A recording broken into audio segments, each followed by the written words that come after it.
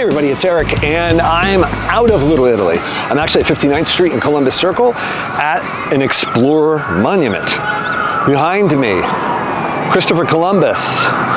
So this is called Columbus Circle for a reason. I'd like to say it's a tale of two explorers, but it's not. There's a hell of a lot more than two. I think we all know that. There you go, New York behind you. I came up here to start the video.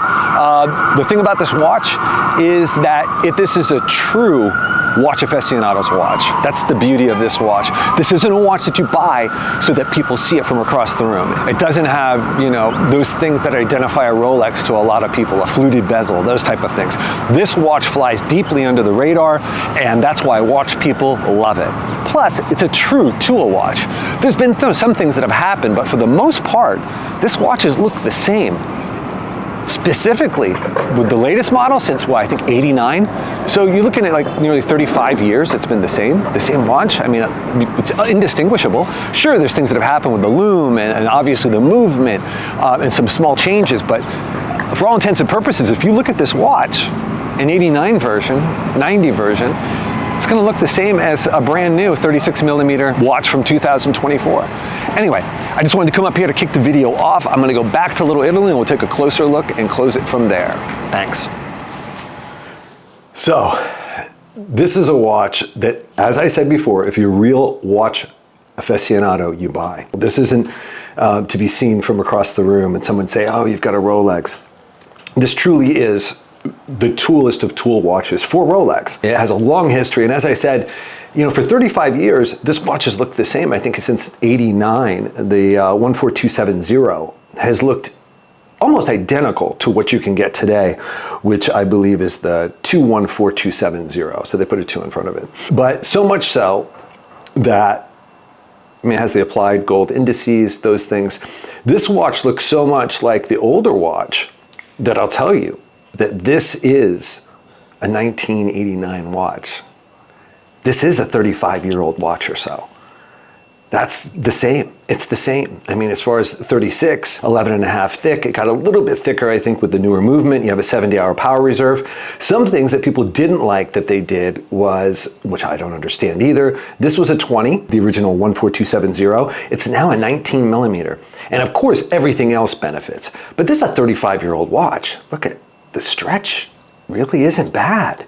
And yeah, as a press fit clasp, the clasp situation that you have now with Rolex and glide locks and all that stuff. But this watch is super comfortable, extremely wearable, totally undistinguishable from the new one. I mean, if you look at it and you see, oh, it doesn't have that rehaut, all those things, sure.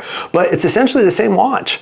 So for a watch to stay in production for 35 years, and then the 1016 before that, and all of the other watches with Explorer, this has had, what, a 70-year run or so? It's just a watch that you buy if you really like great watches. And this specific watch is really, really reliable. It's a great watch. It's a true tool watch. And as I said before, the challenge here is that what they did do is they made it into a 39, which you would think would be welcomed, but in fact, I don't think so. I think more purists like the 36, and then they did the two-tone, and that's just, wow. With this watch, a two-tone? So, you know, those are the things that, the changes that don't work sometimes. I think that, who knows what's coming for this watch? You know, perhaps it's an all gold. I couldn't imagine, but I could see them doing it. I don't want to see it, but I could see an all gold Explorer, which absolutely makes no sense whatsoever. They lean on their heritage. They don't even lean on their heritage. They live on their heritage. In some respects, I'd like to be part of their marketing department because essentially you're making the same watch you did, you know, 70 years ago. And of course, with technical upgrades and things like that. Anyway, it's a beautiful watch, 35 years old. So you get it for $4,500, $5,000 as opposed to 10 if you can get it new. And it's not too small. It's just not too small. 36 is a great size. And remember, this is the Ian Fleming real Bond watch that's mentioned in the book. So it's a beautiful watch. It's a great watch. The challenges that you'll have with an older one like this, it literally has no loom left. You have the new loom from Rolex. A lot of things have changed technically, but otherwise, it's the same watch, and it is very comfortable. So, beautiful watch, and I highly recommend it. I'm not a huge Rolex Daytona Submariner fan. I like this watch actually more. So I think it's a beautiful watch and a great buy. Thanks so much for watching. And if you like this kind of content, please like and subscribe. Thanks.